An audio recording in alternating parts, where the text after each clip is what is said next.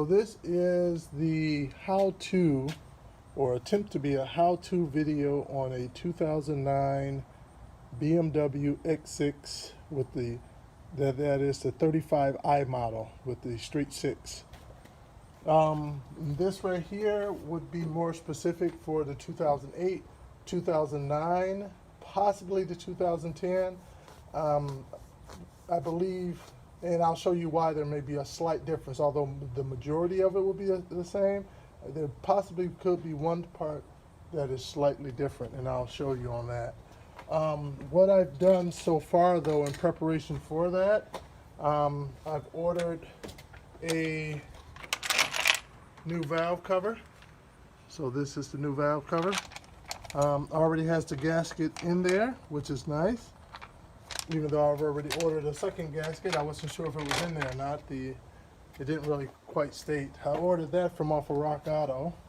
Over here, I have would have been the valve cover gasket as well. So I guess it's always nice to have a backup in case something goes wrong. I ordered this PCV valve, although I haven't actually found where this will go on this engine. I think maybe certain models had them, maybe 2011 and above, I don't know, but I don't think I will need that. And I'm going to, and I also I'm also changing out all of my pulleys, the idler pulley, the deflections, the two deflection pulley, and the tensioner pulley. So those were pretty, I did them all, I just haven't did the tensioner pulley yet, so all the others are already on and done. Over here too as well, let me move the valve cover out of the way a bit. I also changed out the gasket for the oil cooler, and I also changed out the gasket for the oil filter housing. So those were pretty relatively easy. There are some videos though that says that you can actually remove the oil filter housing without taking off the intake manifold. That would be true for some models of the N54 engine, but not at least for not the 2009. The intake manifold is slightly different. It's really close in there. It doesn't have the big gaps that you will see in those videos to allow for you to do that. But it's really easy. The bolts come out real easy. It took all of maybe 5 minutes to loosen up all the bolts to get that moved out of the way. So it's not a big issue at all. And you're not taking it completely off. You're just moving it back far enough to get access to one bolt. And there is also one more bolt. I'm not sure if I can zoom in on there or not. Let me see. If I move in, there's actually one more bolt that is right down here. I'm not sure if you can see it. They request, I think it's the star, I think it's a H8 maybe, or H10. I think it's a H10. And some say you got to remove this hose that's next to it in order to remove that. No, you don't. You just get I believe maybe it's an 8mm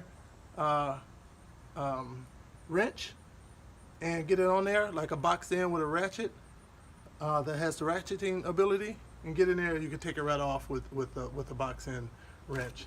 So no need to go through all that. But that took care of those leaks. But right now I'm going to be dealing with this bad boy over here, getting this valve cover off. I've already did it once. This was about a week ago, but I had to put it all back together. I thought I was going to give up, but I'm giving it another try. And the reason I gave up is because I got everything off, and I actually lifted up the valve cover to take it out, but I couldn't get it all the way out.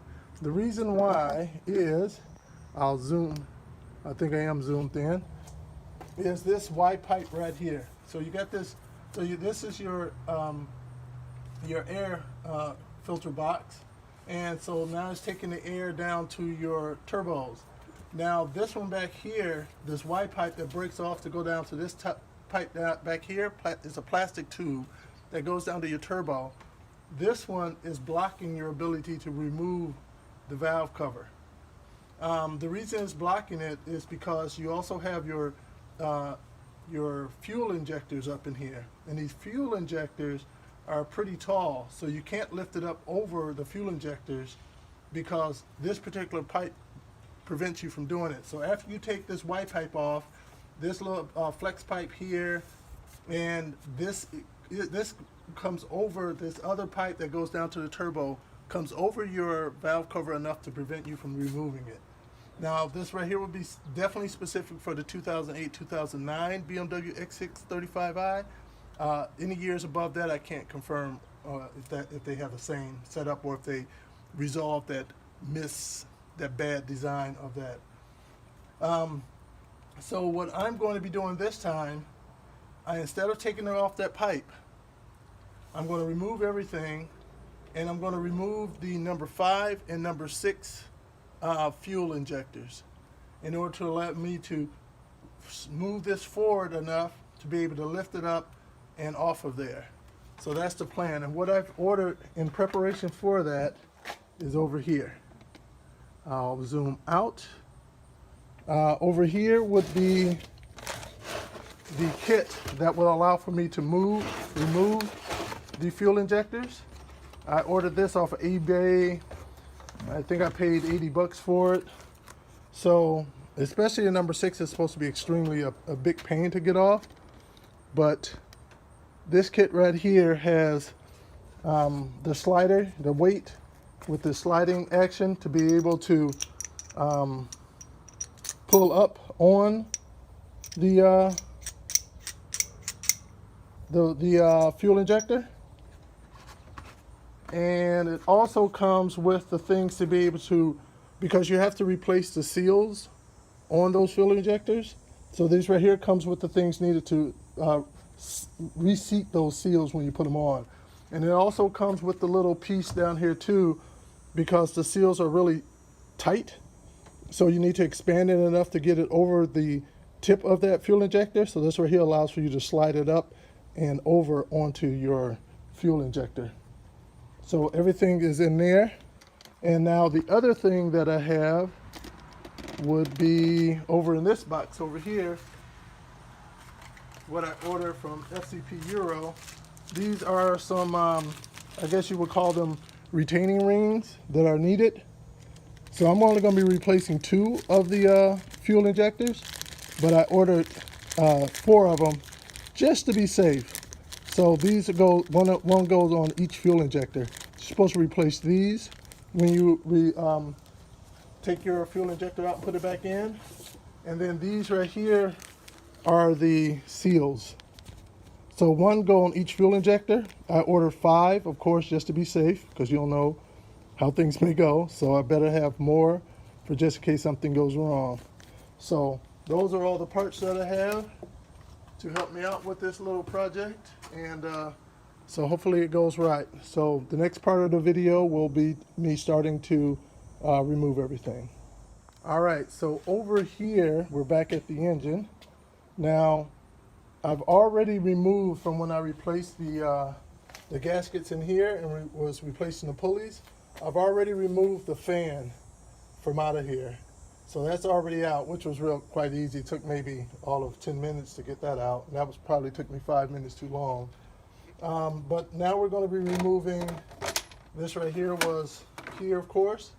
So we're going to be removing this here. And we're going to be removing the air box. We're going to be removing the Y pipe.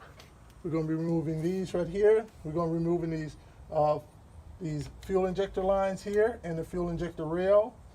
We'll also be removing all of the wiring to move them over and out of our way.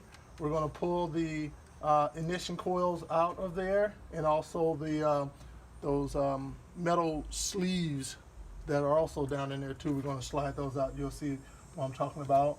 We're also going to get the wiring out of the way back here as well. So if everything goes right, we should be able to hopefully remove this thing once I also remove the number 5 and the number 6 fuel injectors. Hopefully it's as easy as it is when I say it. So let's get started, okay? All right, in preparation, I want to have as many of the tools that I think I'll need ready. And so I'll just go over some of the things that I have. A little power to help remove the valve cover a little quicker. Once after I loosen the bolts initially, and then after they're loose, then I'll do that by hand, but I'll use the power tool to back them out really quick.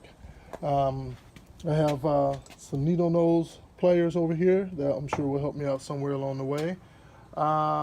Over here I have with the orange handles are the picks that I have to help remove the wires from the fuel injector. There are these little tabs up in there. I saw a video where a guy actually just kind of like bent them and pulled them out of the way, pulled them by the wires. I don't recommend doing anything like that. You don't know if those wires are going to slip out, because then you're out of luck. Then you're up the creek at that point. I got a flathead. I got a swivel for my ratchet, and of course I have a ratchet. I have different size extensions that definitely will be needed.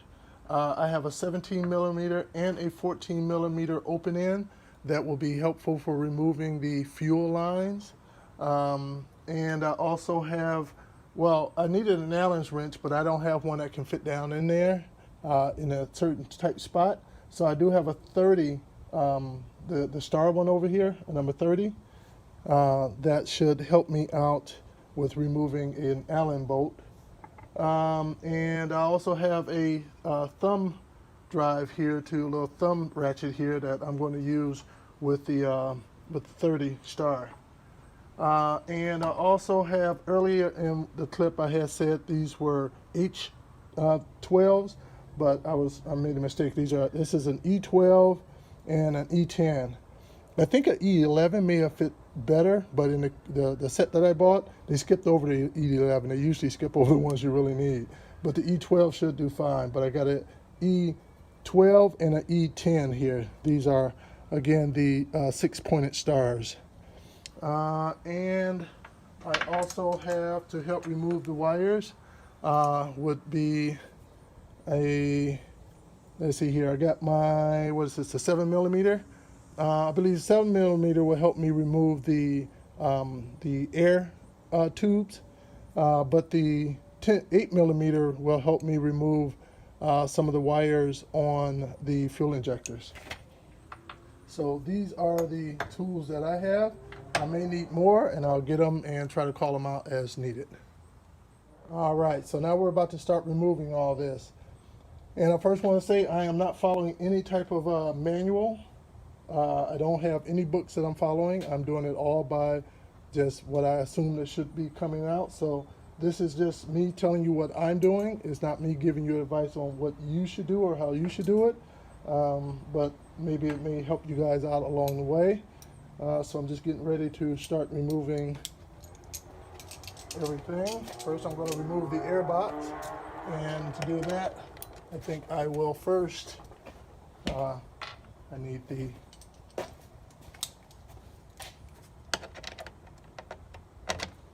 of course, did I grab the wrong size? It's probably like a 6 or something then, hey? So I will get my open end, see? And this is how it is in real garages at home. You kind of just do it as you do it. But I'm going to start removing those. Some people know how to fast forward all this stuff when they're actually doing it, before they put it out on YouTube. But we'll see if I'm able to do any of that. So I'll try to cut out what I can and fast forward what I can, if I can. Otherwise, the entire long, tedious process will be there for you to watch.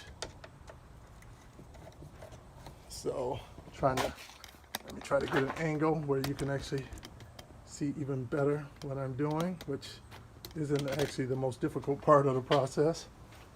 So right now I'm just loosening up all the clamps so I can remove these hoses, and also remove the air box as well. And I think I have those loose enough. And now what I'm going to do, I'm going to come over here to the air box, and there are some wires back here that I just have to lift up off the air box. Some, I won't say wires, maybe tubes better. but I just gotta lift them up off of the air box before I actually remove the air box. So there's 3 of them, one back here, and they just lift up, nothing to release beforehand. Just be careful though, because you don't want to break anything. And so all 3 are off, and at this point I should be able to just pop this up to get it off. And there's going to be one, possibly a second thing that you have to disconnect on the bottom of this. So I'll just pull it out. You may want to just lift it up to break it free, but then there's a tube back here, and I'll show you that once I'm up. That has to be disconnected. You kind of just have to squeeze that to get it off. And you want to be careful because you don't want to have to buy any additional parts you don't have to. So that's off, and yep, that was it. I thought maybe there was one more thing, but I had to disconnect the tube that was connected right here, if you can see that. And that would have been this right here. So, and what you don't want to do, because I think some of these get pretty brittle and will crack. Mine look pretty good, and luckily I haven't cracked it or anything. So, now I'm going to remove the white pipe from over here. And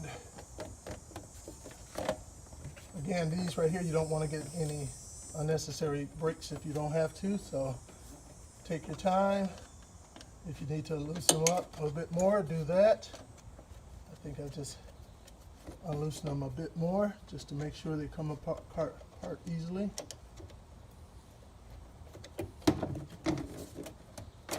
And there's one. All right. And I'll set this on off to the side. And this right here one comes off too. It's another little flex pipe. It comes off pretty easy as well, as you can see. All right, so this is, I'll zoom in on that, get you a nice good look at that.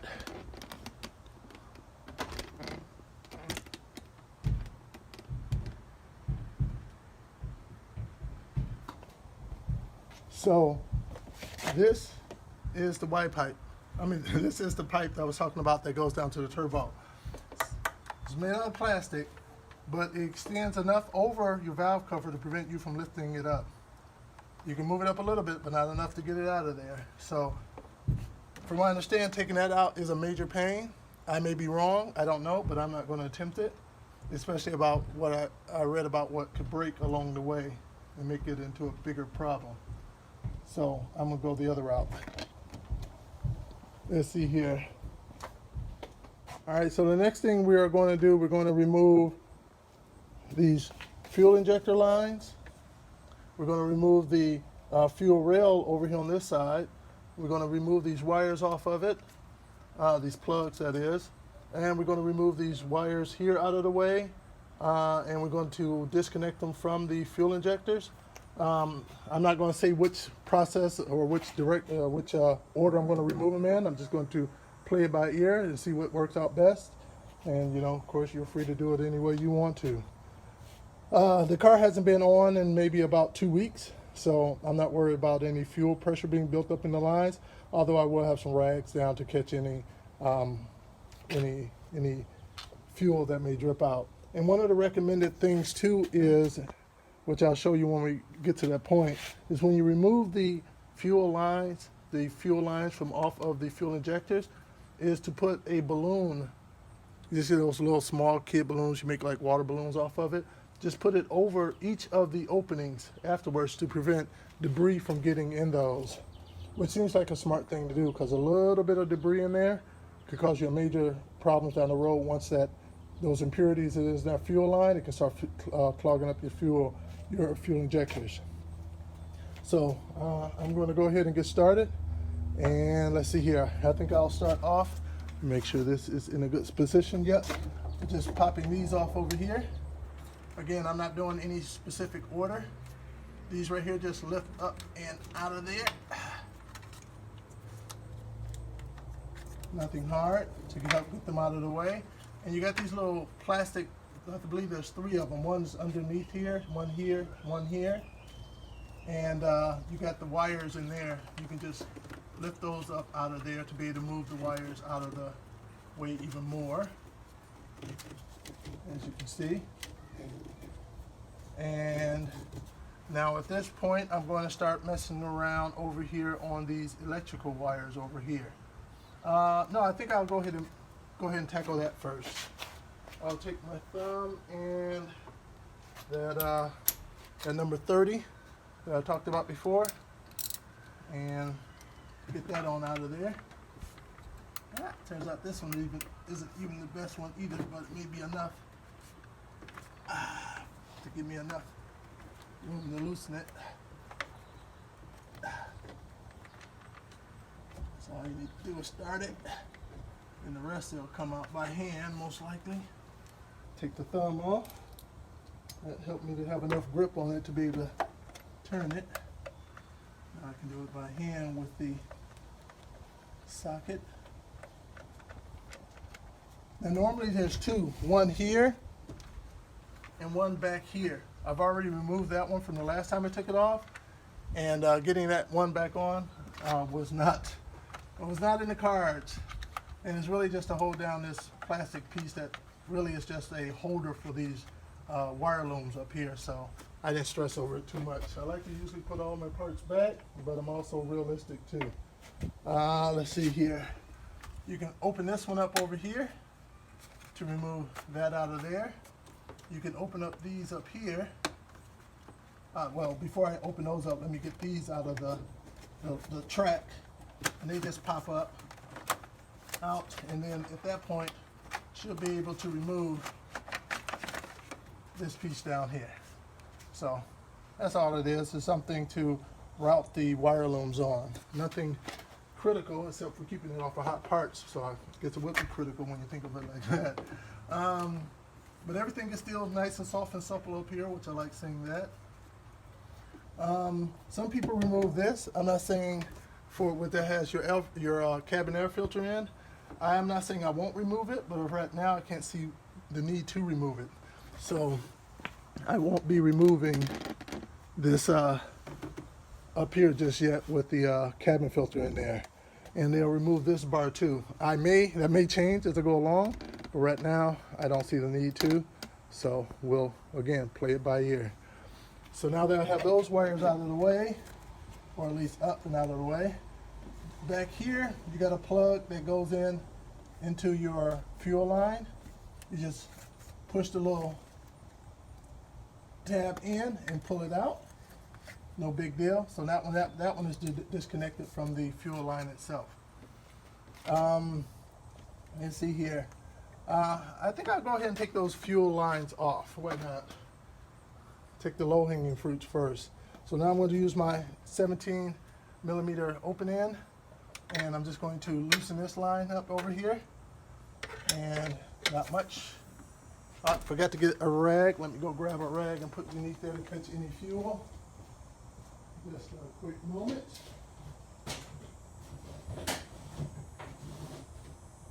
All right. So I'll put that down there to catch the fuel. I think probably when I opened up the door before, I believe it was primed up a bit. I believe your fuel pump kicks in when you open your door, so I probably built up a little pressure in there. All right. So I'm able to do the rest of that by hand. So that's all I really need the 17 millimeter for, except for when it's time to put it back on. Now I'm going to get the 14 millimeter to get the individual ones off over here. So shouldn't take much either too. You can just go through each one of them, loosen each one. Because after you get them all loosened, then you can go through by hand and unscrew them.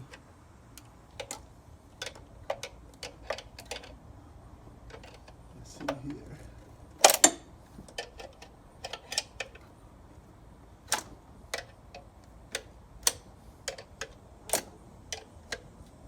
There we go, and one more. Oops. All right. Now that we have that, now we should be able to take them off. Now, I'm pretty sure these are specific to each fuel injector, so I'm going to lay them down. I'll use this here and just lay them down in line with how I'm taking them off. And so I'll make sure to put them back on the way I took them off.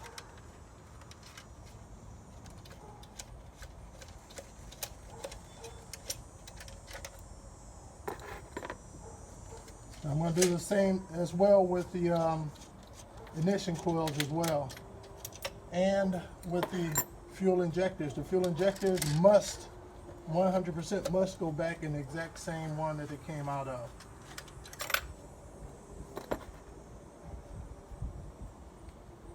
Let's see here, I think I need to loosen that one up just a tad bit more.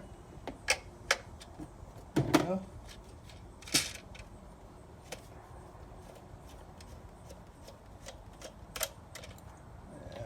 Go.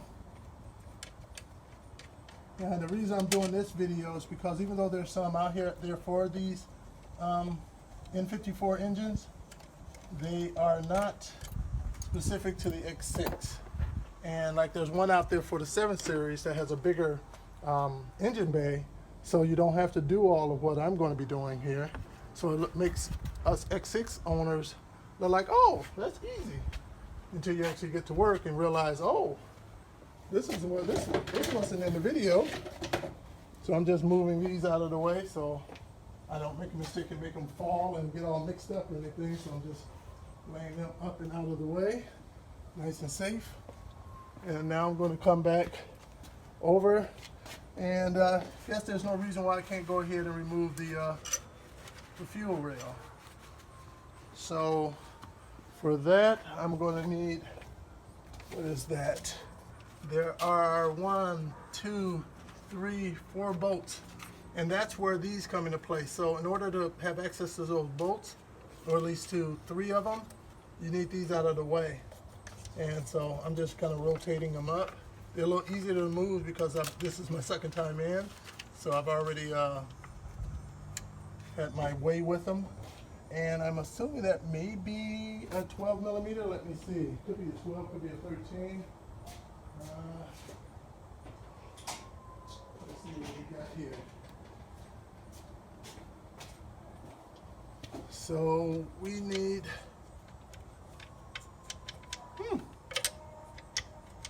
I guess it is not that at all. It must be a 11 millimeter. So I'm just getting an 11 millimeter so we can get that off. So there we go, 11 millimeter. See, that's real world. We make errors like that. And I've never been good at eyeballing the bolt size anyway.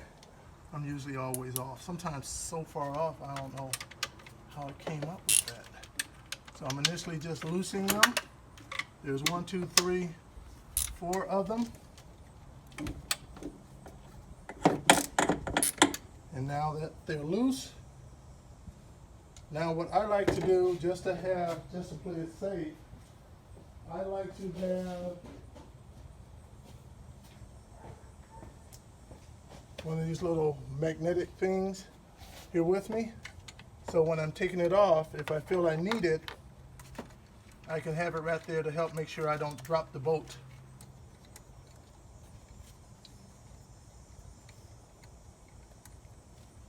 So I'm not happy to say that I didn't lose 1 bolt when I initially took this apart, but that's not to say it's not going to happen this time as well. All right, 2, 3,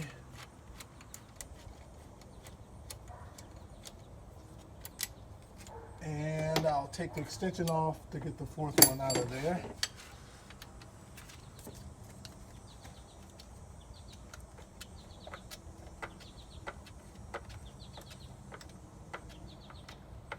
Now, you guys out there who are sticklers for things, don't go giving my video a thumbs down because I don't do something the way you do it. It's all, as far as I'm concerned, it's about getting it done. If it's done right, or, oops, here it is right now. That's the reason why I have this, just to make sure I get it. Goodness gracious. It's right there. All right, came in handy. And so I'll take those 4 and set them off to the side. Get the extra tools from up there so I'm not messing up the plastics. And I'll set those over. These down. All right. And get that 14 out of the way. So now the fuel rail should be ready to come on out. And there we go. Here's your fuel rail. The electrical plug was back here. Those are for the 4 bolts that I just took out. And that's it. So, let's see here. Now we got that out. And I'll set that someplace clean, out of the way, nice and safe. Hopefully not to get debris in that as well. We'll put it up high.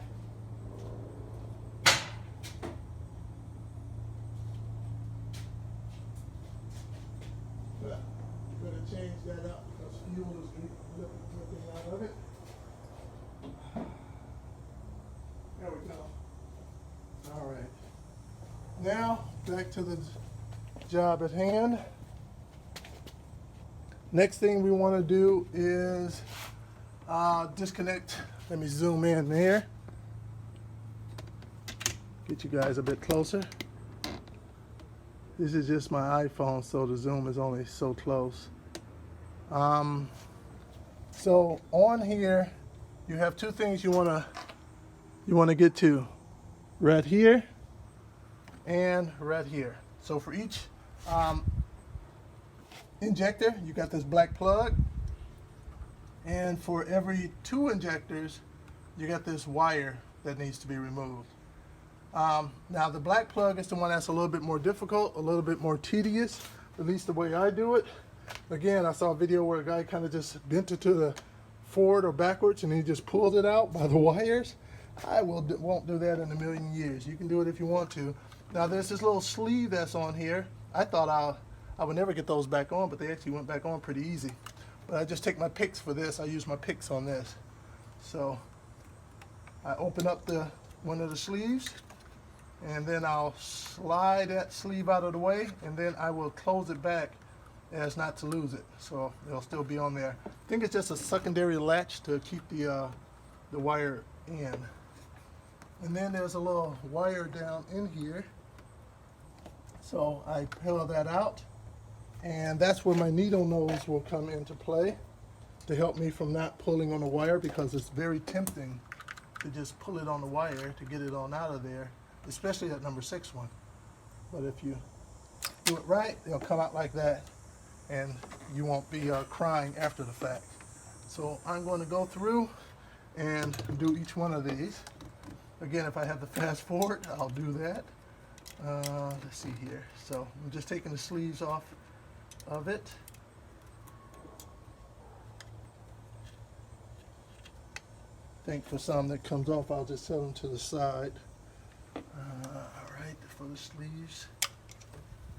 And whichever ones don't come off, I'll just snap them back in close so they won't fall off.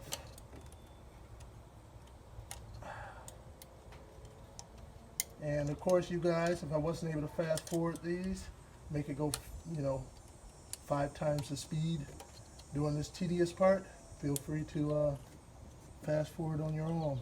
Now the last one back there, that's a pain to get to, but I'm probably going to disconnect this over here from the valve cover before I attempt to move that one, because there's just a little room back there. So for right now, I'll work on getting these off. So I'm going to use my little pick and my needle nose, because I also don't want to break the clip at the same time either, because when the baby is shaking and moving around and starting up, I don't want it to work its way out. So I think it's better Just take your time.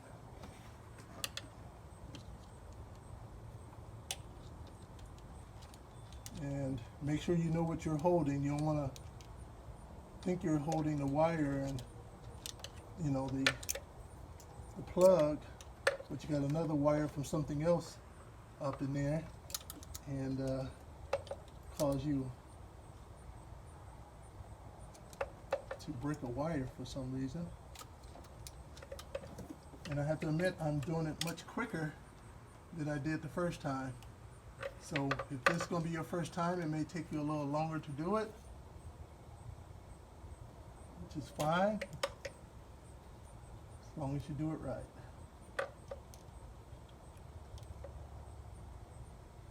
You're running about my accent. I'm from the Midwest here in Wisconsin.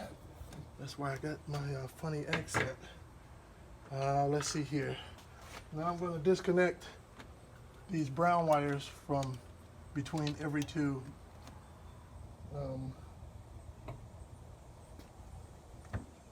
fuel injector. All right. Let's see here where it is. Just leave it there. Ah, here it is. It's on the table where it's supposed to be at. So I'm just going to loosen it because I don't want to lose that little nut. Let's see here. I got 1, 2, and I should have one more. I got to get back there. I think I'll deal with that one too once I move that one. But I think I may be able to go ahead and at least loosen it. Patience is the biggest thing with this, because if you're going to break something, it's going to be because you were being impatient. I mean, except for it being brittle as hell too. All right.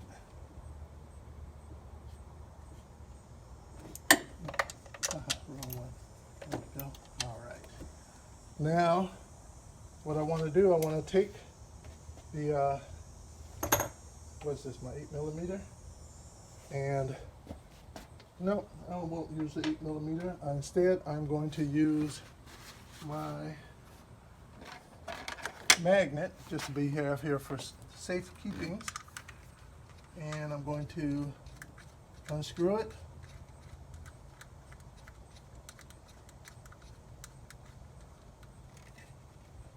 Let me see something. Make sure this is even magnetic. I know some, yep, okay. I know some of those aren't magnetic.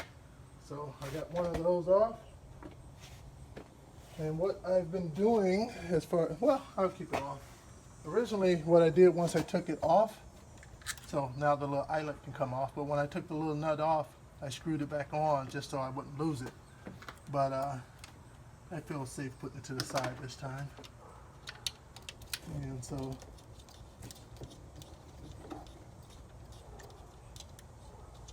got my magnet next to it as I pull it off, and there we go. Number 2. And take the eyelet off. That one out of there. And now number 3. What I was saying about you guys who like to, or the sticklers, you know, I got nothing but respect for you guys, but some of us guys, we just get in there and we just do it. Sometimes things don't turn out the way they're supposed to be, you know, and we accept that risk. But I would say that overall, I don't always do everything by the book, and been working out pretty good for me for the most part. I've had some mishaps in the past, don't get me wrong, but you know, that's just part of the process of learning, right? And you know, doing things your own way.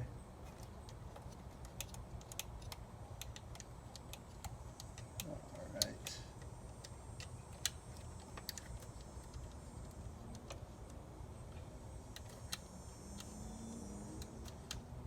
Perfect.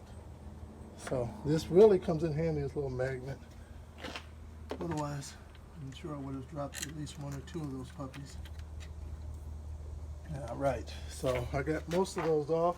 Now I'm going to go back in with my needle nose and try to get number 5 of the black wires out of there. Let's see here. I think I'm gonna use the straight pick for that, to be able to slide it down on the side to lift that up. That little tab. And you'll be able to see it once you get in there. You'll know what I'm talking about. None of this is really brain science. It's just brain surgery. It's just again, just patience. And there we go. It's out. And some people like to scare you. Oh, it's a BMW. Oh, it's a German-made car. Oh, you got to take it to the dealership. Oh, you got to take it to a mechanical nose.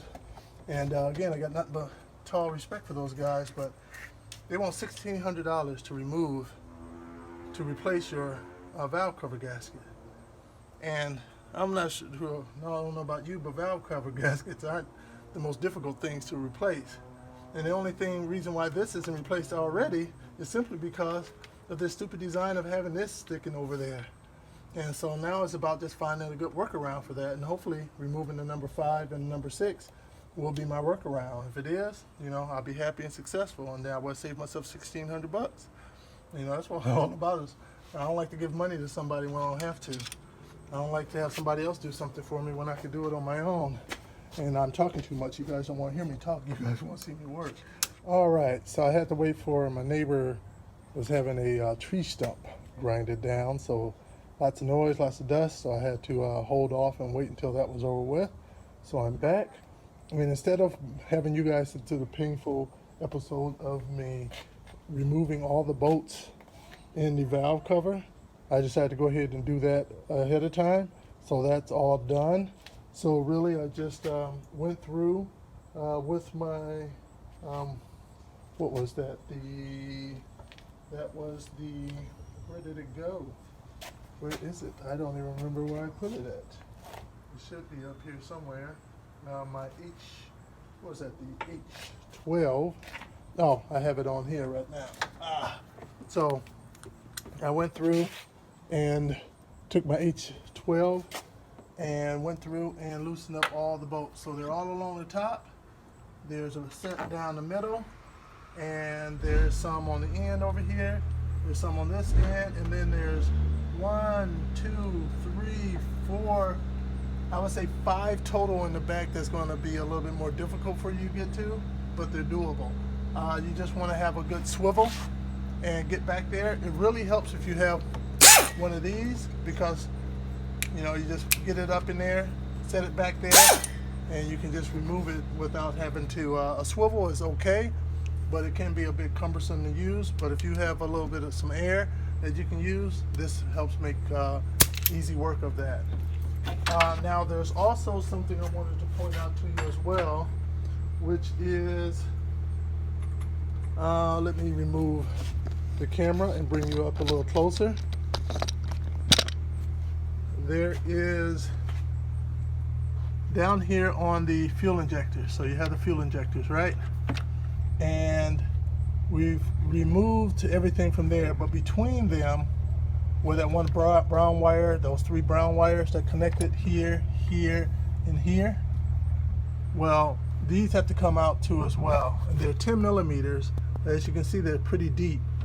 Now, most 10 millimeters will be able to get around the thickness of this, the thickness of it, to slide down and get down there. And for me, when I did it with my 10 millimeter, I just dropped it on it, but the ratchet itself, I wasn't able to get completely into here, so it kind of stuck out a little bit, which was fine because of the length of this down here. But I couldn't find that 10 millimeter, so I went and bought another 10, but it's not wide enough on the inside to go over it. So luckily my son had got me for my birthday this set over here, which is, if you have something like this, is pretty cool.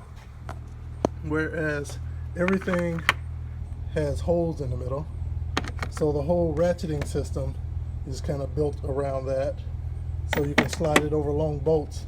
So what I did was I took a 10 millimeter and this, and you see you got the hole right down the middle, so it was able to slide right over it, put a ratchet on it, the ratchet that comes with it, and take it off. So that was a nice little, it's nice when Christmas and birthday presents actually come in handy. So then that allows for you to be able to get in there and get it all nice and loosened up. So I've already loosened all those up. This one. All right, so now I'm going to move on to removing the injectors. So I haven't done that part yet. So everything else I kind of done before, so I was a little bit more comfortable with. So now I'm moving to the point where I'm going to remove the injectors. And I'll use this one as an example up here. I'm not going to remove the number 1 or number 2 injectors, but there's this bracket down here that has to come out. You can kind of see it. And let me see if I can get my flashlight to add a little bit more light onto it. There we go.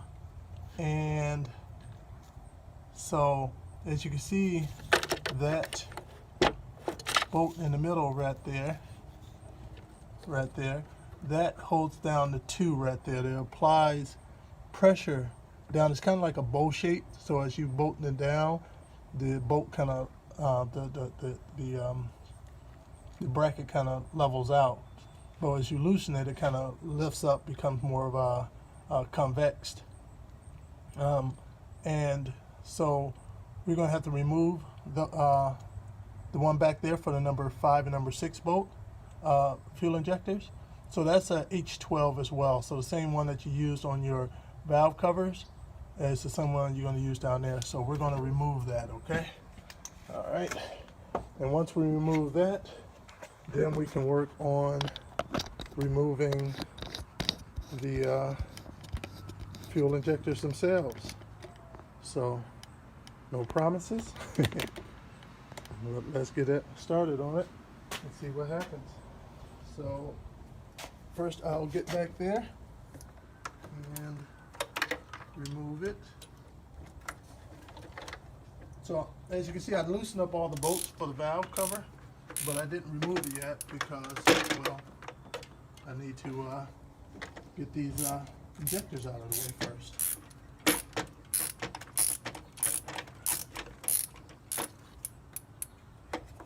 So no reason to start with that unless I can get these injectors out. And as you can see, all of this is real time, and you can see I'm really getting close to the end now at this part's been able to get the, the valve cover out. And in most cases, you can go ahead and take it out now. And now, mind you, they will be charging you $1,400 to $1,600 at an independent shop, not at the BMW shop, but at an indie shop to do this. I'm not trying to claim success yet, but even if I wasn't successful, I still don't think it's worth that much money. But that's just me. I'm sure a BMW shop feels differently because they need to be able to pay for that vacation for the wife and kids every year. So that's the bolt, and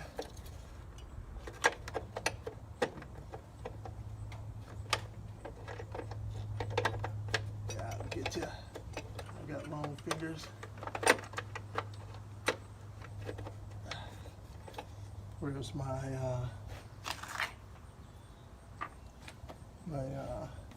magnetic tool that I have you at?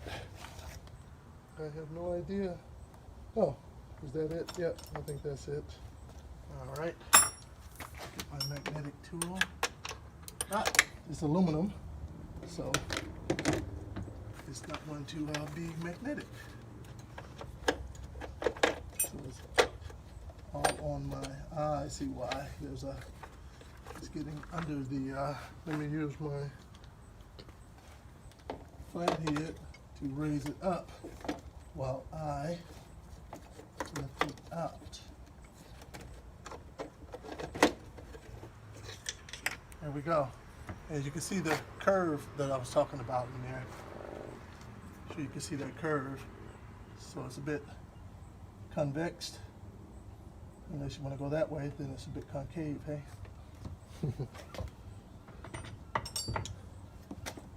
All right, so now the fuel injectors are ready to be able to come out. So now I'm gonna get the kit out, and I'm just gonna go ahead and start a new video for removing those so I can get the tool set up. All right, so, and let me take, here's the tool here.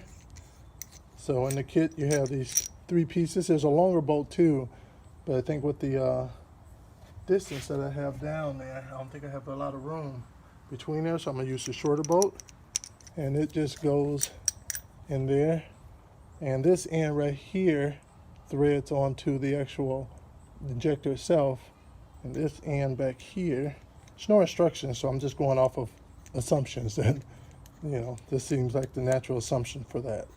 So, and I think it's just going to be like that to pull it up, you know, doing that just so I'll thread it in a bit, and then I'm going to thread it in the other direction to go around the tip of the end of the fuel injector. So I'm gonna go with number 5 first, because that's the easy one. So I'm threading it on there now.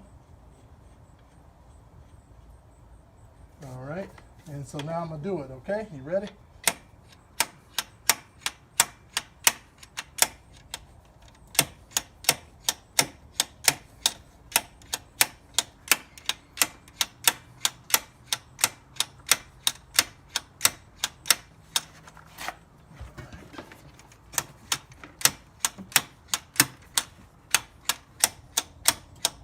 This is supposed to be the easy one, huh?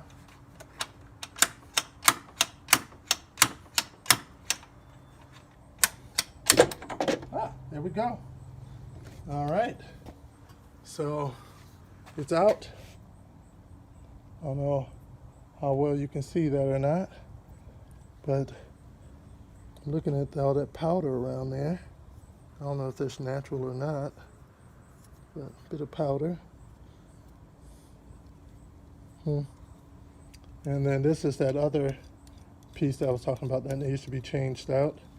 Let's see what series I have. Everybody was talking about the series that are in here. I mean, some of them may have been changed out, but let's see here. Oh, the 12, I think that's supposed to be, when it was 12, isn't that supposed to be the latest ones? I don't know, you tell me.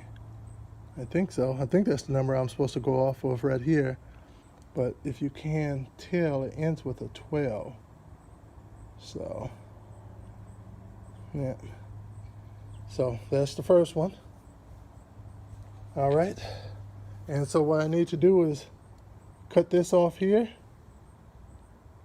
and then reset, and then and I think these are supposed to just come out, just little clips there that just kind of holds it on. And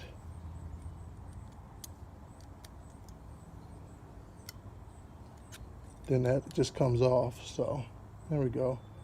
So I have new one of those to replace it, and then I'm gonna cut that out and clean that off. I have some rubbing alcohol to help me clean this up a bit, and notice how dark it is on the tip. Yeah, okay, I'm gonna pause the video. I'm gonna get everything I need to start replacing the seal. All right, so I went ahead and removed the number 6 one too, which wasn't bad. A few more hits in the back there, but just wanted to let you know there's wire loom that was up at the top, up there like this. It was kind of in the way, so you just got these 2 little clips that you gotta release, and you can slide this whole thing out of the way. Look at all that room you get. Look at that. And so I had a lot of room to work on that number 6 back there as a result. So, and this is the number 6. It's also, if I'm looking at the right number, a number 12 as well, which I think is supposed to be the latest one, but I could be wrong. But I'll check that out afterwards when it's all said and done. See, there's a lot of crud down in there, and I realized it'd be so much crud, I probably would have tried cleaning that out of there before removing the fuel injectors. But it is what it is at this point. But I'll clean those up with some rubbing alcohol. So I have those 2 out, and while I have it out, instead of moving on to redoing the fuel injectors, I figured why not go ahead and see about removing this valve cover, right? I'm sure that's what we all want to know is, was all this for naught, or was it a good move? So let me go ahead and get this wire loom out of the way as much as possible. Try to get it up over that turbo tube, as I come to call it. Let's see here. All right. And let's see, now yours is probably going to be hard to lift up the first time, just simply because there's kind of like C's to it. And you should always go off the assumption that if it's not moving, that you didn't get all the bolts. So you always want to keep double checking your bolts before you start, being rough with it, because if all your bolts aren't released, you can cause some damage. And one of the things I noticed too when removing these is that even though I've undid all of them, that some of them will seem to, while I'm moving it around, seem to kind of like screw itself back in a little bit, Even though you unscrew it and then you move it and separate it, once it goes back down and touches, it's almost like it kind of went back in there. So you want to just go around and double check all of them.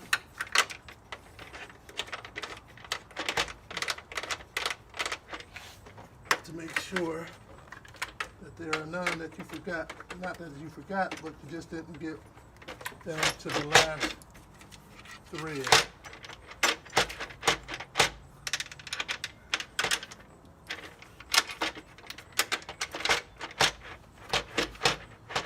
Oh, this big bolt, I forgot to take that all the way out to the last. Remember those three I was telling you about? I didn't unscrew that one all the way. All right. That one seems to be better. How about doing the back there?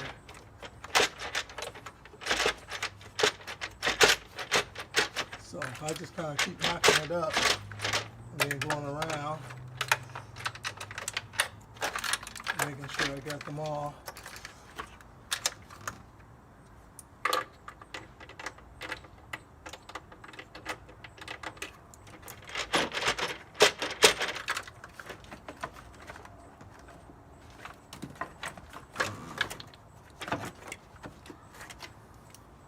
And I'll get my air tool just to make sure I got them all back there in the back. Pretty sure I did.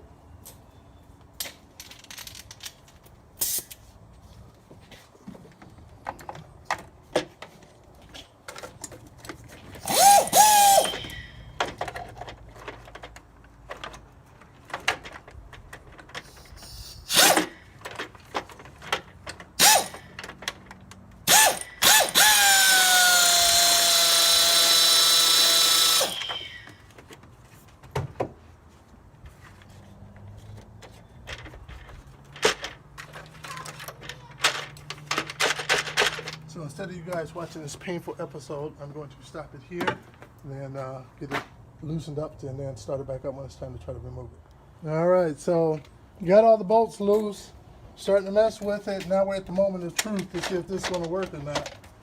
So I notice I have to get it up high enough to go over the other four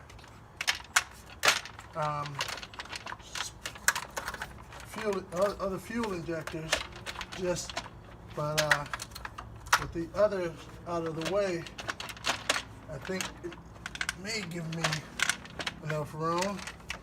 I'm questioning having the amount of space for this right here right now though. Let's see here.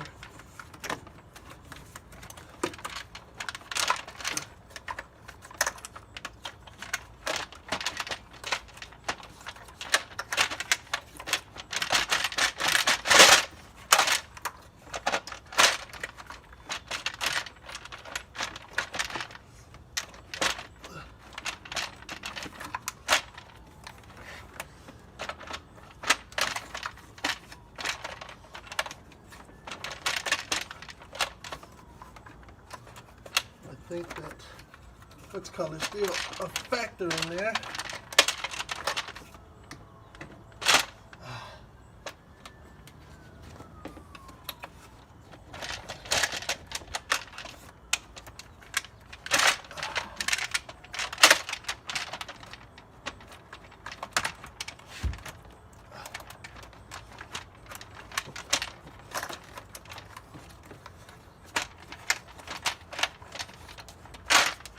see if I can move this out of the way. Enough. I think I can. Yep. Don't want to break that if I don't have to. That will give me a little bit more wiggle room.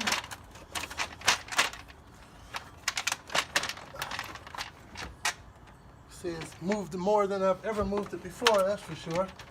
It's hard to see being able to get this back in effectively though. Taking it out like this.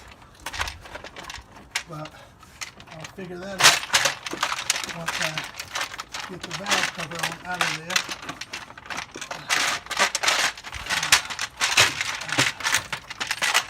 There we go, people. It's out.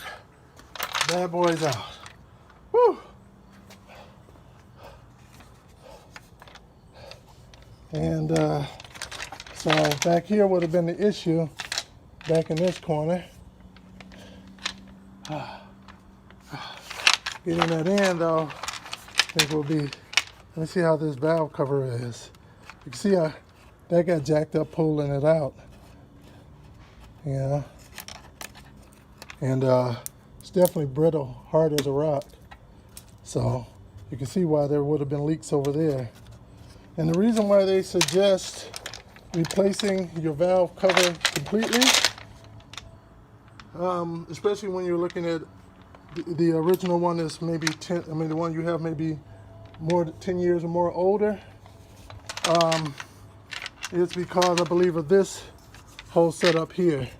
They said that's probably all functional at this point in time. So they suggest better go ahead and change it rather than change just the valve cover gasket. Then it turns out you have that issue, have to go back in again. So you might as well spend extra money now. If you notice, the part further away from all the heat is, let's see, is that true or not? No, that's a little soft, but this would have been where the heat is at. Even, no, all around this thing is petrified. I've seen somewhere where the further you get away from the heat, they are softer, but this is pretty petrified all around. So now it's time to figure out how to get these bad boys back in, all right?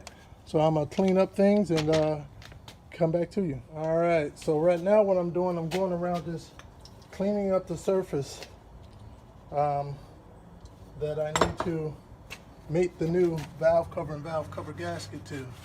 So I'm just using a bit of cleaner. Well, I'm just using brake cleaner, to be honest, on here to break up the sludge. And I'm just going around cleaning this surface all up to make sure that it has a good chance of sealing good when I put it all back together. So just want to let you guys know that, and I'm gonna move on to the next after I get this all cleaned up. All right, it's starting to get a bit dark out tonight, so this will probably be my last one for the night. Did a bit of cleaning up, and the bolt, what was that, a 20? Here, let me get it for you guys. It was that 20, where is it? I set it over here. So that one that requires a 20. So I used my, hope you guys can see this, it's getting kind of dark out. I used my thumb drive, and this is a 20. The star, yeah, it's getting really dark out now.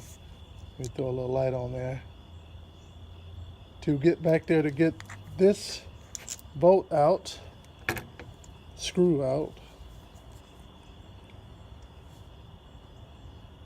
Little small head. This is one that holds on that holds that plastic turbo tube tight. So I took that out just to give, it may allow for me maybe a ½ an inch worth of extra movement, but I'm trying to get any kind of movement extra I can when it's time to put the new valve cover on. I've cleaned everything up pretty good. I may clean it up a little bit more tomorrow.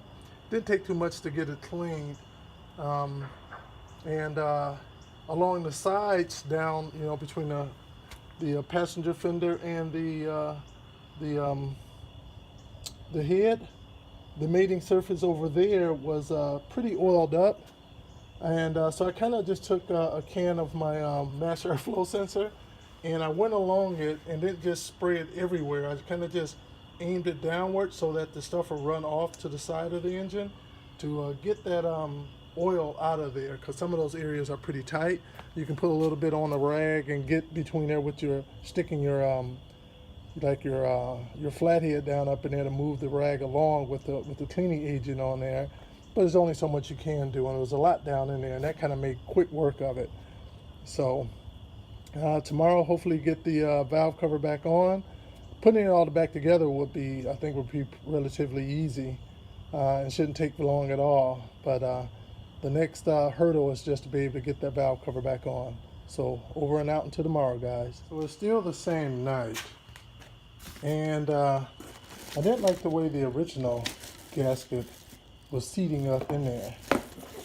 It kind of had these grooves here that goes down into the valve cover, and then when you get to where the bolts are at, it doesn't, a lot of them, some go around the bolt like that where you have the holes, but some kind of just have this little horseshoe around it, and those are the ones that weren't really setting good in there, and it seems like they were a little too big, where they kind of bunched up a little too much against the ring around here. And so whenever I tried to press it in, it almost seems like it just kind of pushed itself back out because it's just too tight around there. And so I pulled out that extra one I ended up buying, and so I've been putting that on, and this one seems to navigate around those bolts a lot better, while still seeming to set in there and creating a good initial seal around there. So I'm going to go ahead and get this on tonight. I'm going to leave it down in there. That way the material will have, the gasket will have time to relax overnight, acclimate to the temperature, and just be naturally up inside of the valve cover and be ready for tomorrow. All right, thanks. All right, so here we are back again to start to try to see if we can put the fuel and the valve cover on. So, like I stated on the last video shot, I had removed the one screw. I wasn't very clear when I said that I had removed that one screw using that 20mm star, that 20 star, to remove the one bolt that was the one screw that was holding in this tube that goes down to the turbo tube. So it doesn't remove the turbo tube, it only allows for the tube to have maybe about an extra ½ an inch worth of play in it to move it back and forth. So I'm hoping that may give me some extra needed room I needed to get the new valve cover on. So we're about to give her a shot and see what happens. This may take several tries, so this will be try number one. Because the valve cover must stay in, the valve cover gasket must stay in there in order for this to be a success. Can't push out, turn over, or anything. So I'm gonna go at it slow and hope it works out.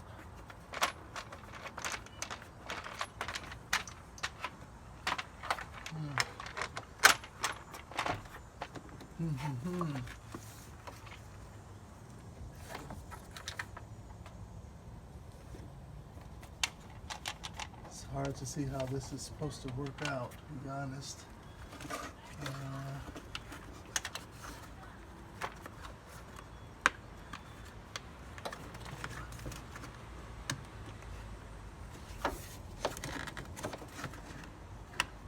See if I can move this bracket out of the way.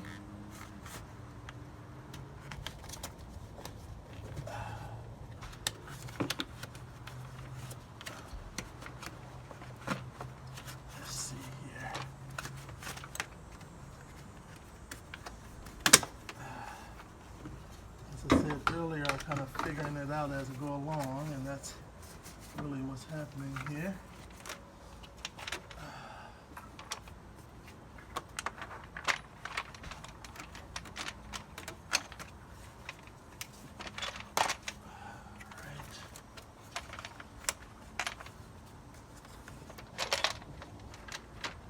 Pick it up and slowly move it into place without scraping the bottom, which could make the gasket come out, and then that would all have to come back out to reset it back.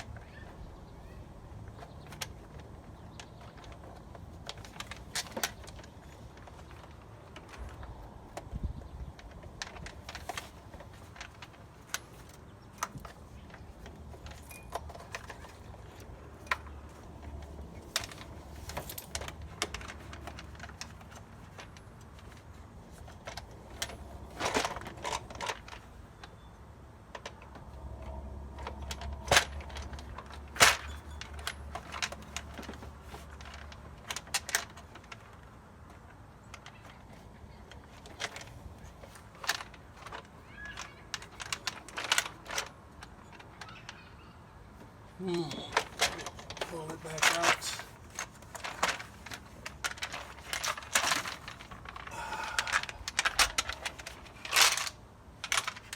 Now the gasket is still in place, so I didn't jacket that up with that attempt. But what I'm going to do now, earlier on, I said I didn't see a reason to remove the this up here that housed the cabin filter. I kind of still feel that same way, but at a loss of how to get that extra space, I'm probably going to go ahead and remove it, just really to see what happens. Because I didn't see it being in the way or in any way restricting me from attempting to put that in. I kept an eye on it and I couldn't see how removing that will help out. But sometimes you don't realize something until you actually have it out. So I'm going to go ahead and remove. I'm going to go ahead and remove this on up here and see if it brings anything extra to the table. Let's see, what size is that? That must be what, a 12 maybe? 12 millimeter? Let me grab 12 and see if that helps.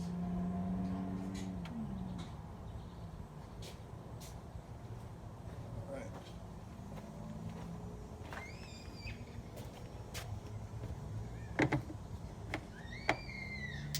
12, but I grabbed the 13. Nope. Okay. Is that a 14? That must be a 14.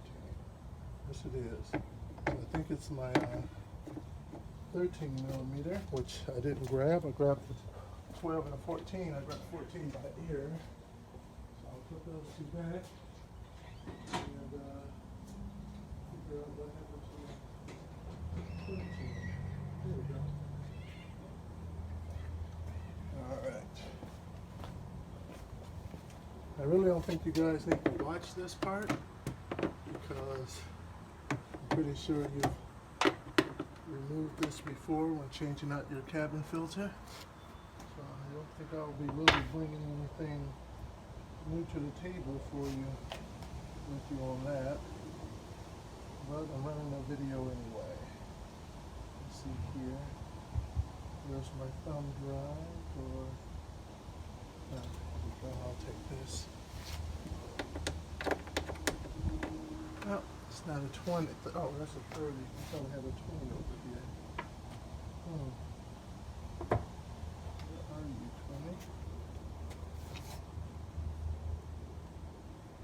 20? Ah, here we go up here.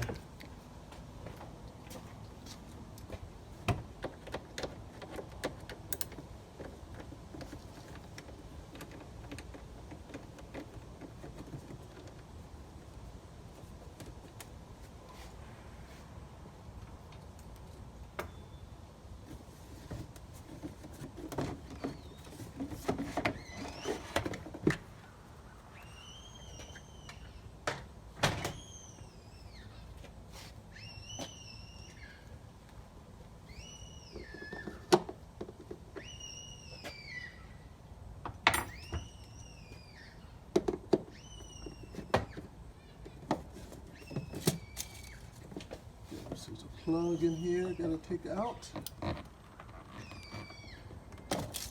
before removing the air filter box. Ah, there's another two back there, I see, which will need the extension.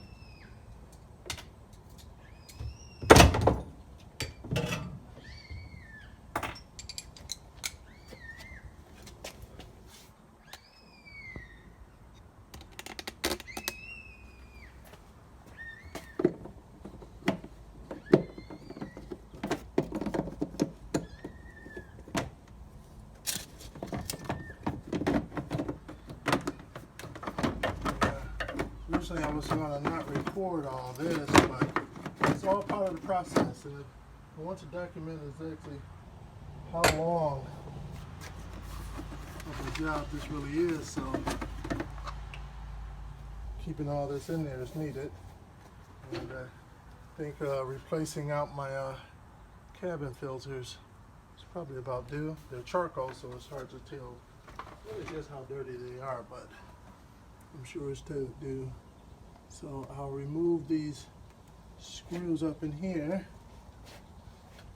and get this puppy out of here. Let's see here. Keep with my 20.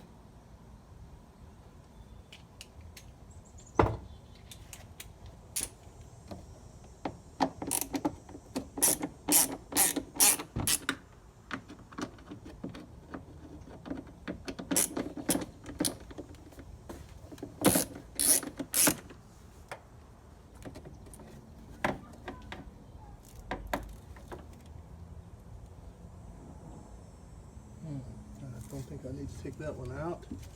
And then look at, there's a possibly a 10, 11 millimeter down there that also needs to come out. See, first I'm going to give it a try with a 10. Yep, it's a 10.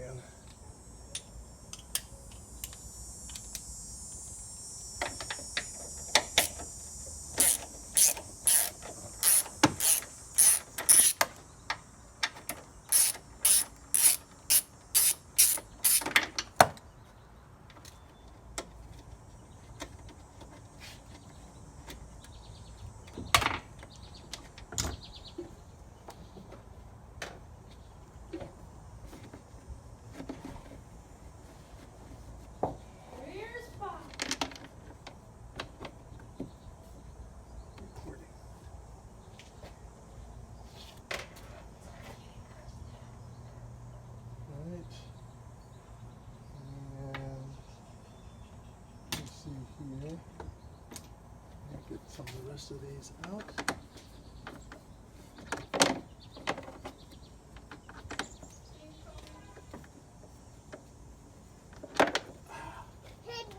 What's up, little man?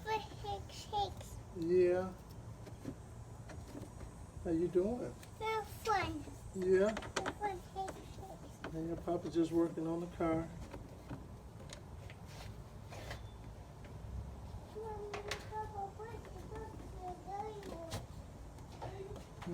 No, and there's a little clip down here. That's way off. Find my needle nose for that.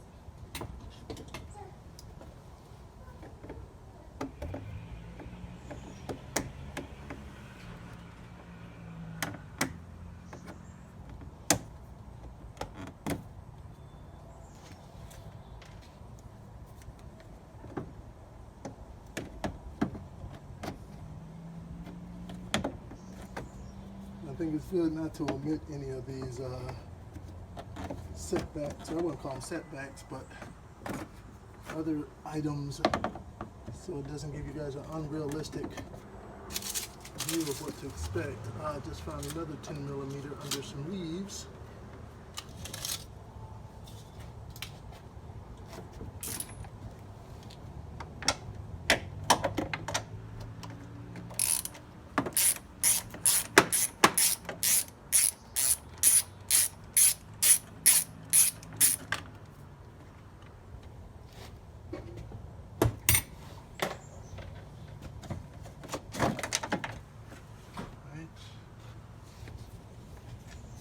Out.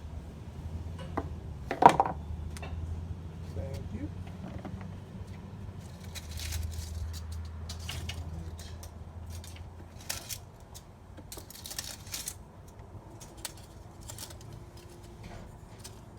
Shop vac wouldn't be the worst thing to put under here right about now.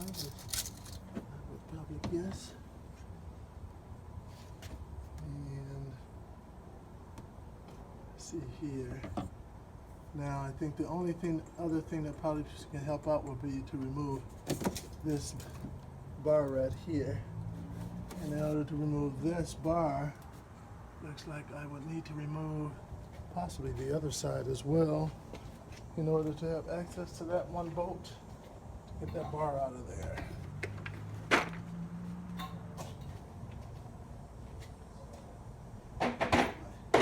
Screws down.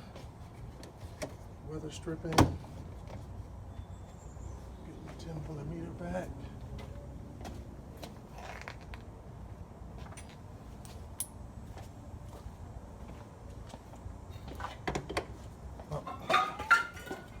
Oops. I'm doing this side over here now. So to get access to this bolt for this strut brace bar, I gotta remove that. And maybe it'll just bend back that plastic, but why break something when you don't have to?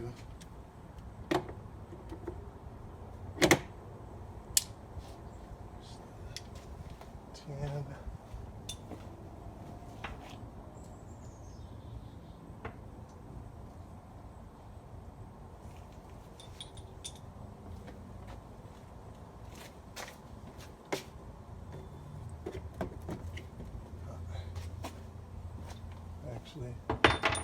with that. I can use a flathead to open these up.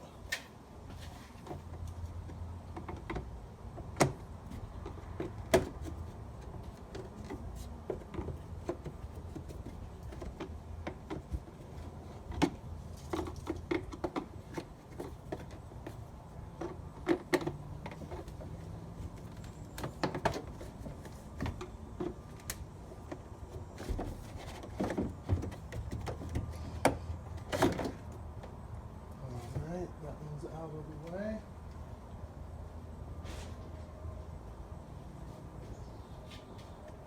Now I think I will be okay if I just remove those two star screws.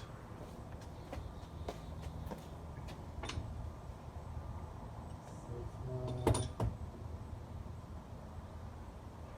the 30. I don't want the 30.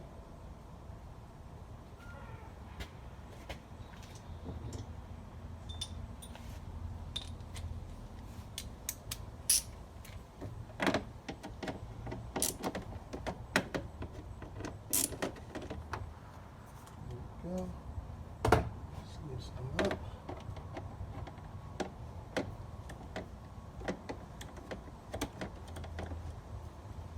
Being careful, I don't want to drop anything down inside the engine.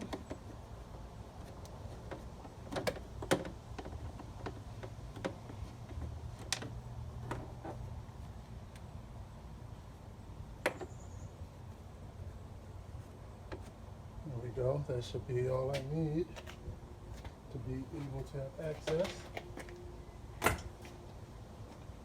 Now I'm assuming that's about what, 17 millimeter maybe?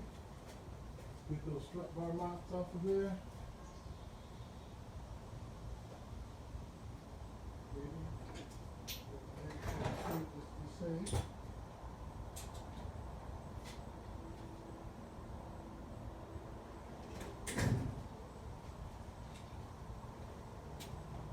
Alright, see what size that is.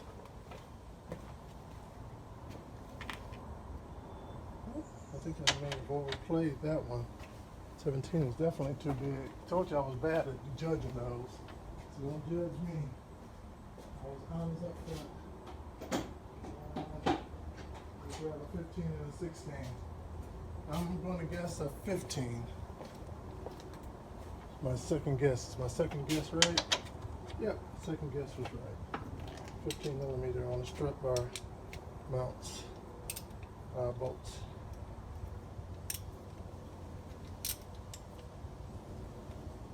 Alright. I don't know where my extension is at for this one. The sun has been in my tools, so there's no telling where that could be at.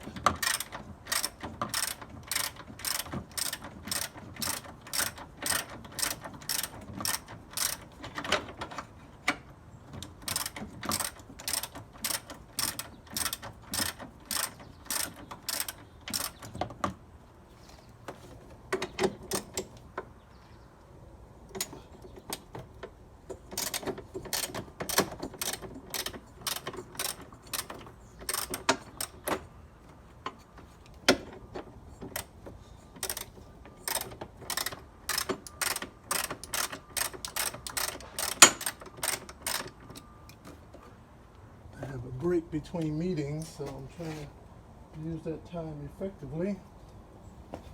So I'll have maybe another 15-20 minutes before I have to head back into meetings. So I think I'll try to get done what I can. I prefer my little extension, but at least I found my big extension, so something is better than nothing.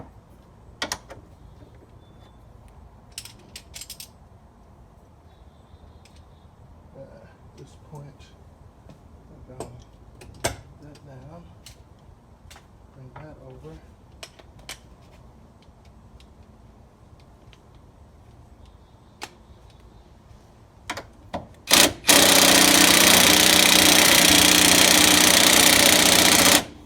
That requires a bit more than, that's not the most powerful impact, that's for sure.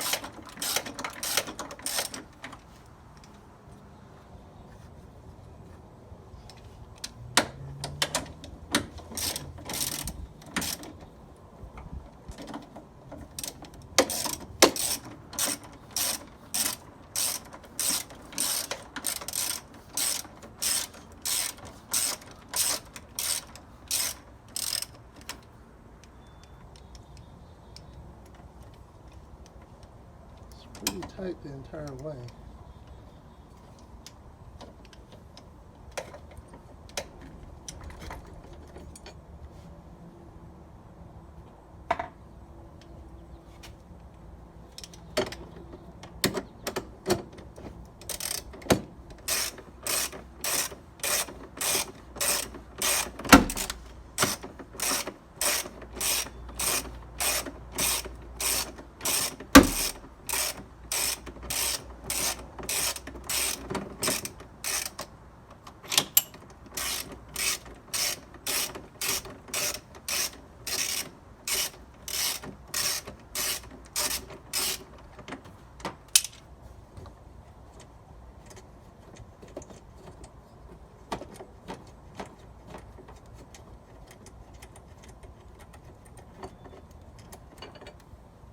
Right.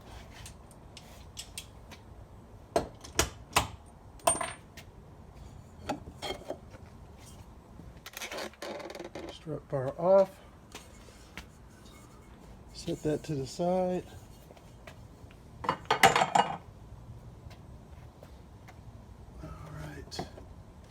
Now with that out of the way, I think I may be able to move some of these wires out of the way.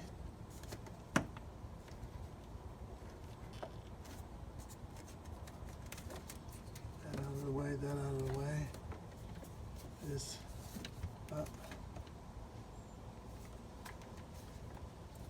The only reason I can't get this out of the way because there's a wire that connects it that goes down back here. I'm not sure what exactly it connects to. And I don't seem to have access to it to be able to remove it.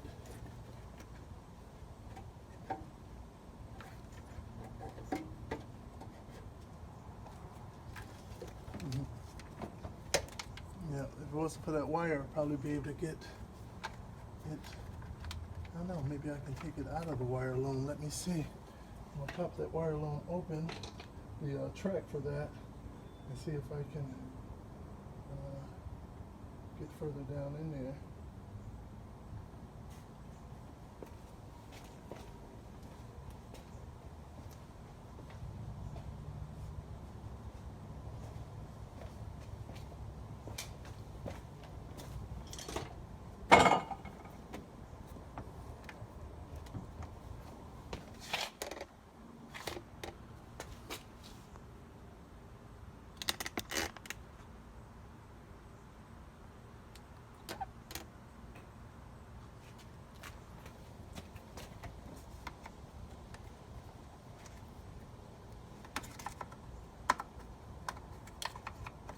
Open this up and see. I don't know if it'll work or not, but I'm gonna open it up and see if I can route one of the wires out of here, which will allow me to move the wire, this wire track altogether a little further out of the way, which wouldn't be the worst thing in the world.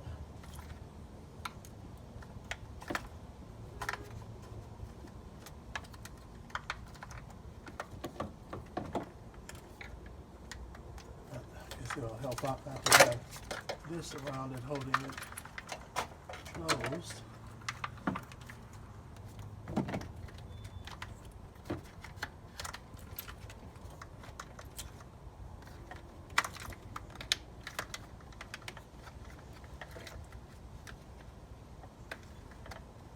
I don't think that's going to bring anything to the table.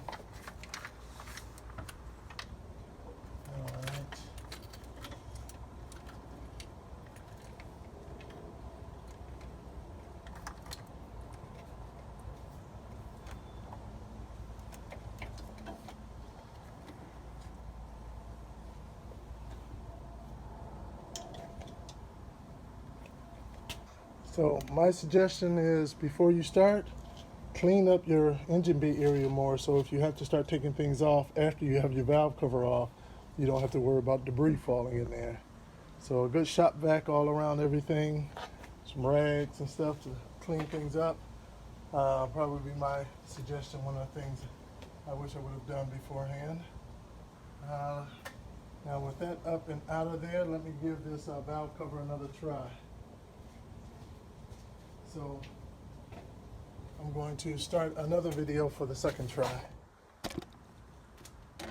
Alright, so now I'm about to try the valve cover again with all of those wires a little further out of the way. And hope the second time is the charm.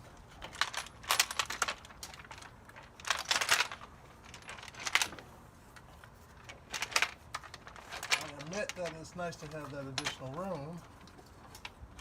Whether that spells success is a whole nother story, but definitely is nice having that extra room.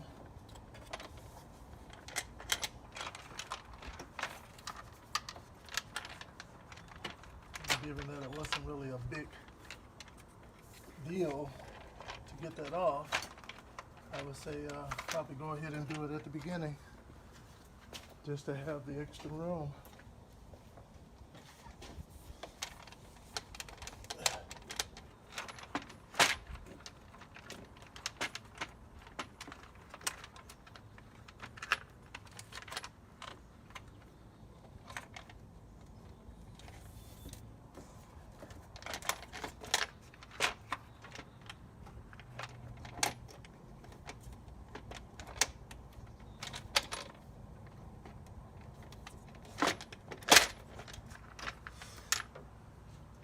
So it's up over those fuel injectors now. I want to make sure to get over those heads, because those heads can just nip your valve cover gasket and trip it out of there a little bit. So I want to make sure to get over those. So now that I'm over those, I can more focus on getting it past this turbo pipe, this turbo tube.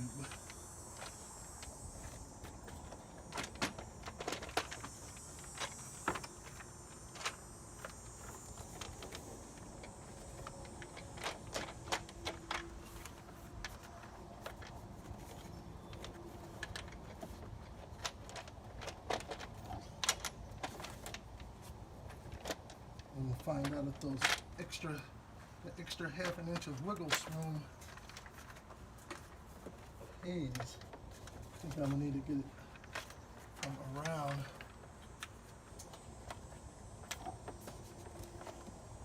this area over here.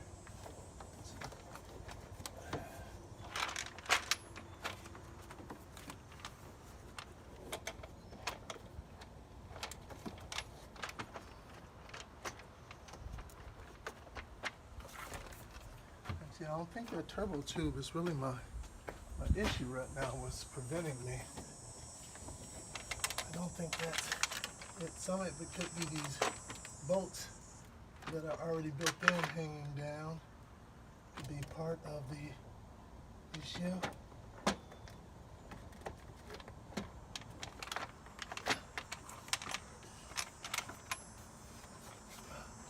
I wonder if this may help out. Let's see here. I'm gonna get my magnet. I want to just see. Yeah, just want to make sure they're magnetic. I think it may help out to be able. A second person would be helpful right here. So what I'm wondering about, if the second person can stick these down here and pull those bolts up so that they're not dangling down there in the way. So yes, a second person could be helpful right now, because there's one back there that I think is definitely preventing me from going further. That it's not the turbo pipe tube, but that bolt.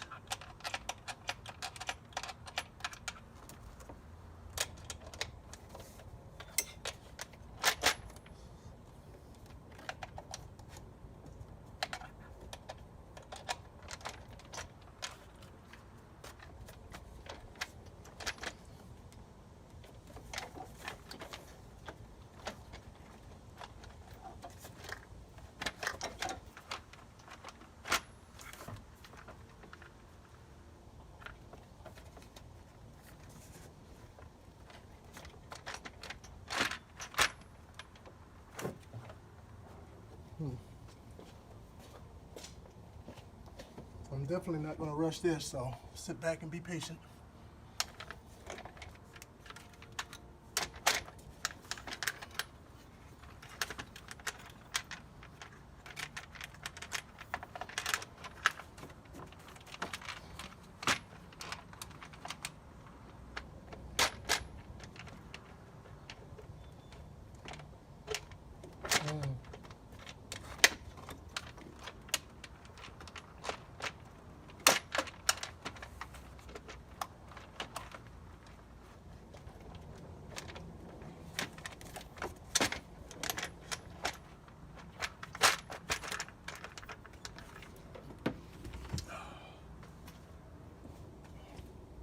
And that helped out using that magnet to reach down in there to pull up the bolts, because the bolts were dangling down and hitting the top of the engine, preventing me from sliding it all the way over. So that was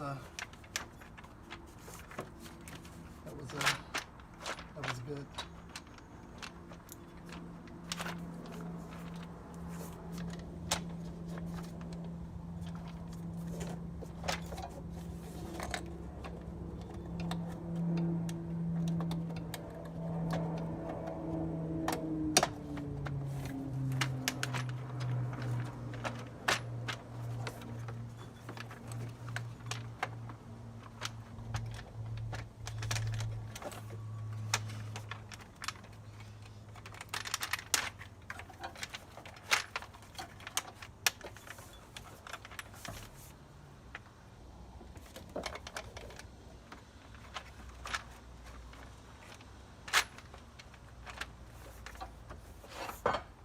Just a little bit more.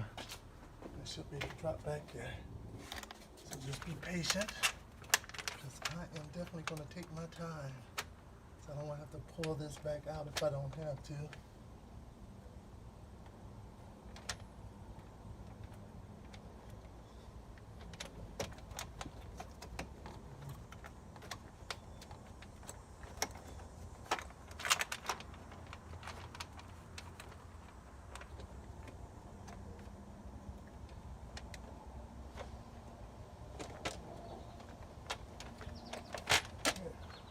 Something preventing that rear end from dropping back just a little bit more. So once it gets clear as whatever that is, I think I should be golden.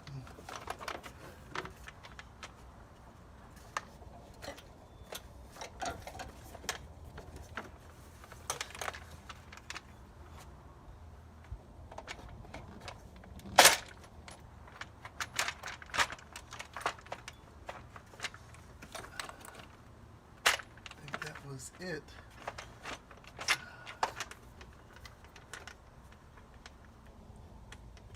All right, so now it's in there. It is in there. So now I'm gonna go around with my fingers to make sure that the valve cover is actually in place in all spots.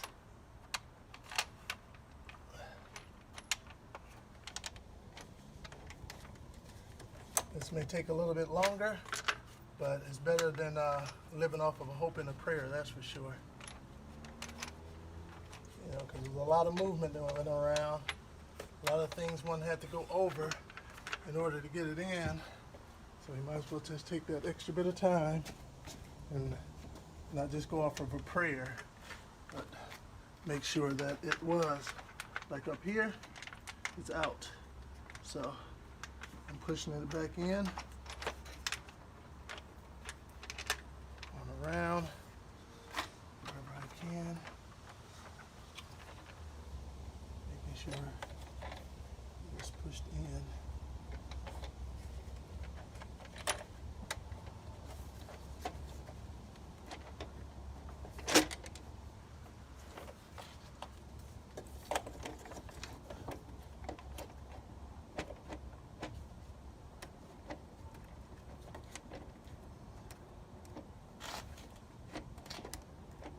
The back corner is the one that I'm most concerned about.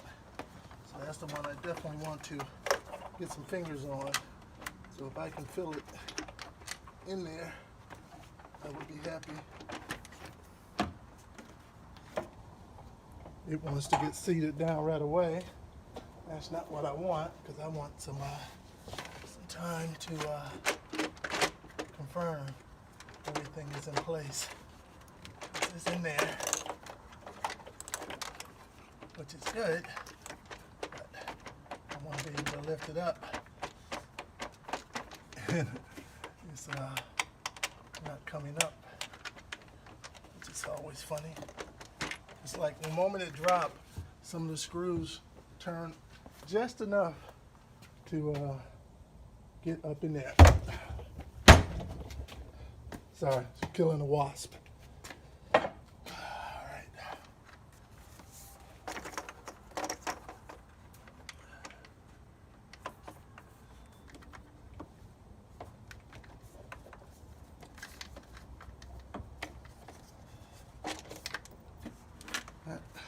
Gotta check my time to make sure I'm not going over.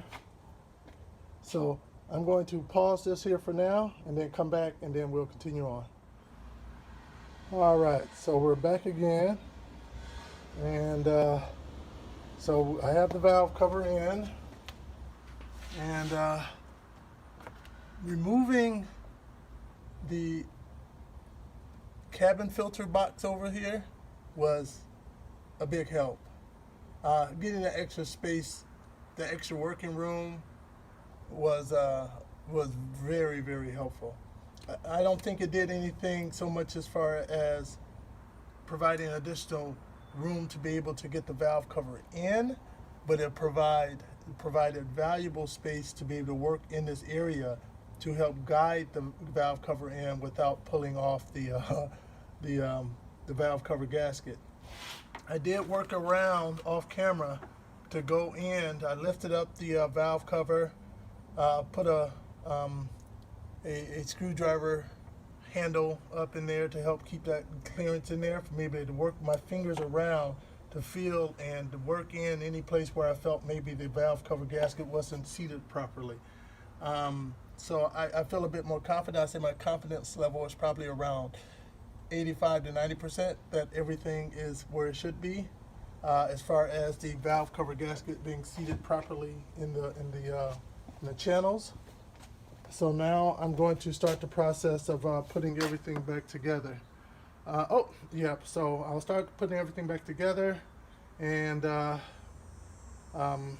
includes the getting the fuel injectors back into as well. So I'm going to start prepping for that now. So I think I'll start another video section for that, so you guys don't see me muddle away in the prep time.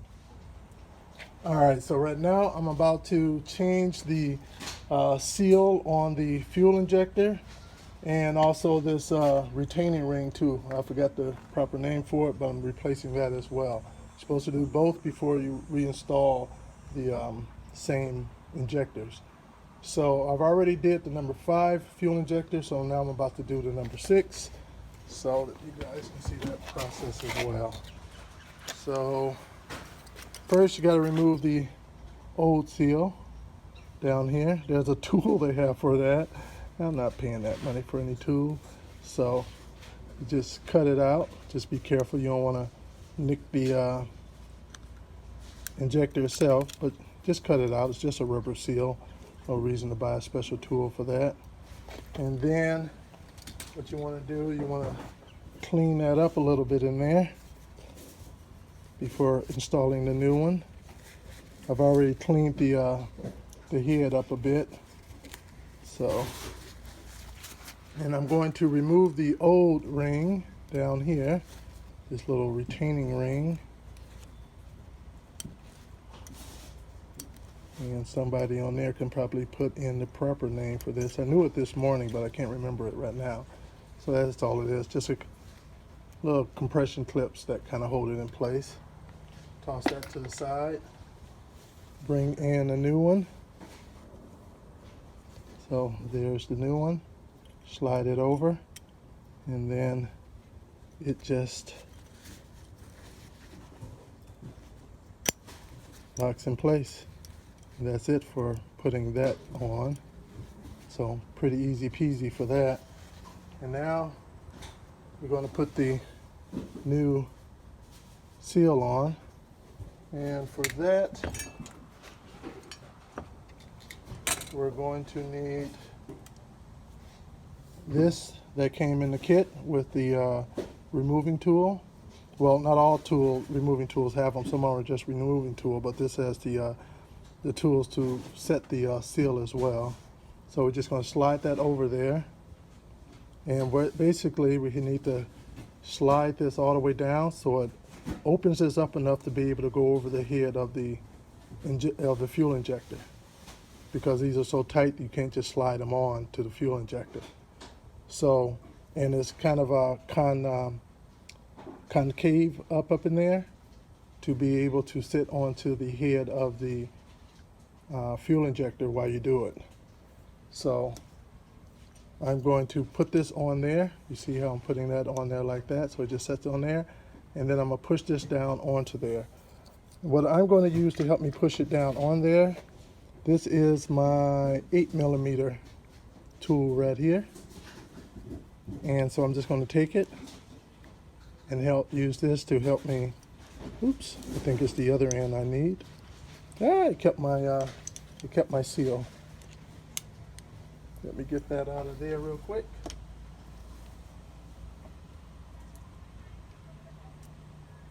All right, put that back on.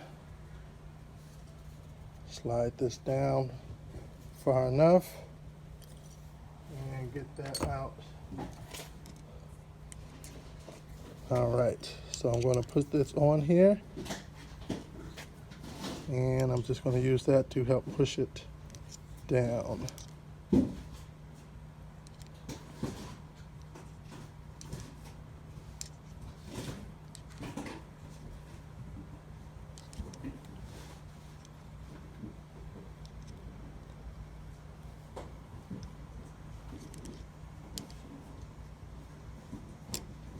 And there we go. It's on there. See? So now I'm done with my tool. I'll put that back in the case, but I shouldn't need that anymore. And now it's time to compress this down. So as you can see, I got the 3 all set up in the order of compression from biggest to smallest. So I'll put that one on. I'll push it on, leave it on for a little bit.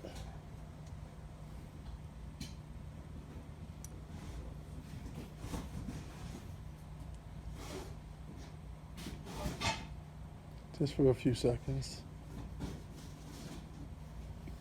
And then I'll take this one off and I'll take the next smaller one on and push it on as far down as I can get. That's about as far as I've been able to get it down, about that far.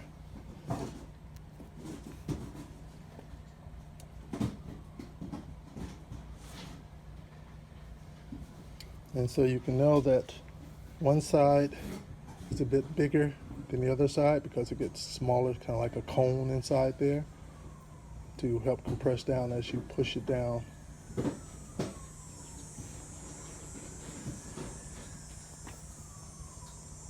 So after this has been on for a few seconds, I'm going to take the last one and put it on. And then once we take that last one off, from what they say, you have about 30 seconds to get it back in there back into the car before it starts to expand again. So I'm going to take this one off. And the next one is going to go on a bit further on. You can force that down. As you see, the injector tip is sticking out through the other side. And so I'm going to leave that on for a little bit.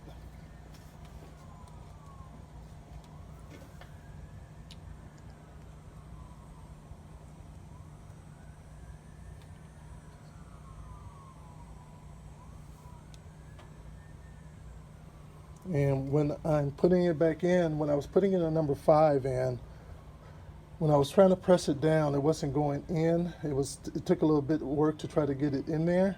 So to make it easier on myself, I just use this not only as a removal tool, but an install tool. So I just ended up screwing it back on and using it to push it back in, and it went in quite easy that way. So let's start getting all set up and ready for that. I'm gonna turn you over this way, zoom you in as much as I can. We're going all the way back to the number 6. All right, and this isn't needed so much anymore, so let me get that out of your way. All right, so I'm going to first remove this back off.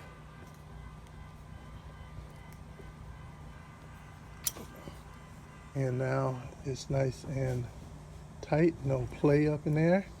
That's how you want it, without the play. And I'm going to get it off up in there, making sure that that knob, that makes you notice that there's a little slot for that in there, for that little, there's a little slot for that. So make sure that is going into that slot. And that's about as far as I got it before. And that's when I took the removal tool.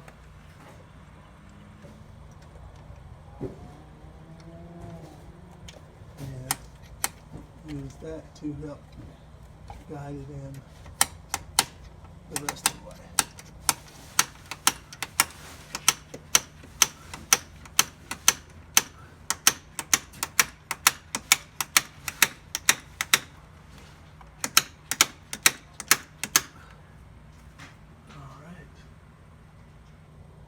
Looks good.